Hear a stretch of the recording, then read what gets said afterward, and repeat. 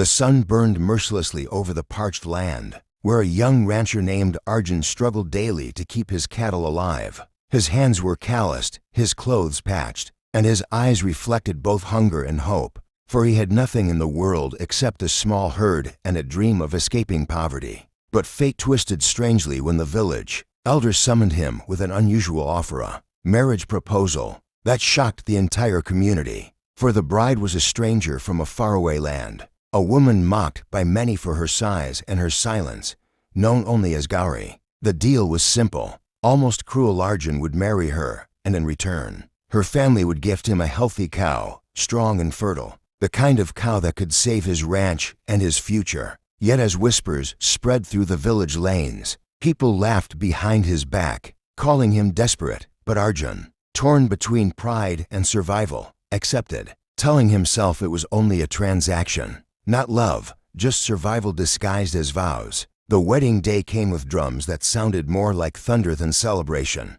Villagers gathered not out of joy but to witness a spectacle. Women whispered that the bride's veil was too long, hiding her face, while children giggled that the groom looked nervous. And in that moment Arjun's heart pounded with unease, because beneath the veil was not just a stranger, but the unknown future he had sold himself to. Gauri walked slowly, her steps heavy yet firm, her silence deeper than any insult thrown her way. And when their eyes met briefly through the veil, Arjun felt a strange shiver. Was it fear, pity, or something beyond words? He could not tell. After rituals were completed and the cow tethered in his yard, the villagers dispersed, leaving behind mocking laughter echoing in Arjun's ears. And he stood there staring at his bride, unsure what to say, until she quietly followed him into the mud house, where the air was thick with awkwardness. Night fell, the oil lamp flickered, shadows danced on the walls, and Arjun, though weary, thought of duty, thought of breaking the invisible wall between them. Yet when he reached the door of their small room,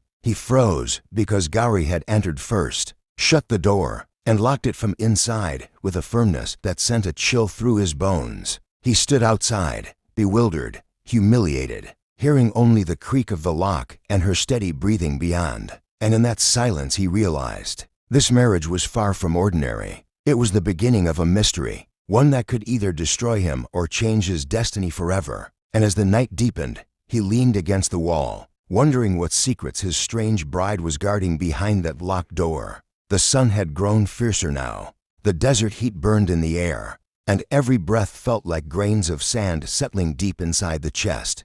Yet not a trace of fear showed on his face.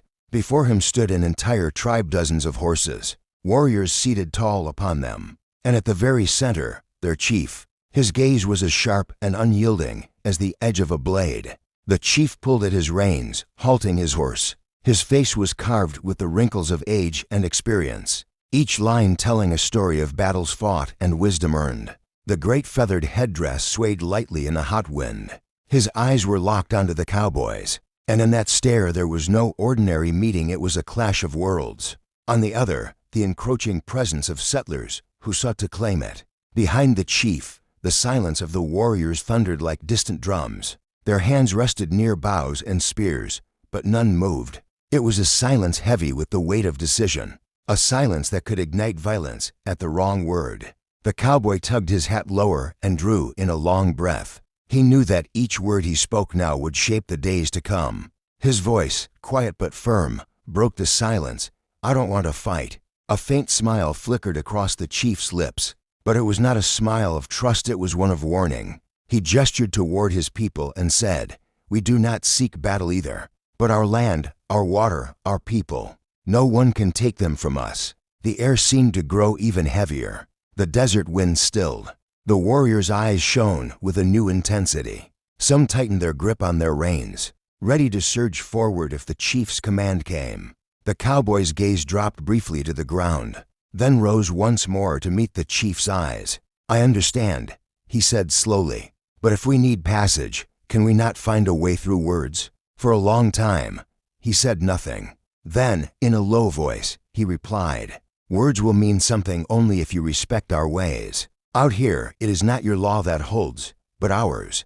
Between their stares hung a silence heavier than the blazing heat of the sun. It was not just a conversation, it was a test of trust, of survival, of honor. And in that moment, the journey of this story was truly about to begin.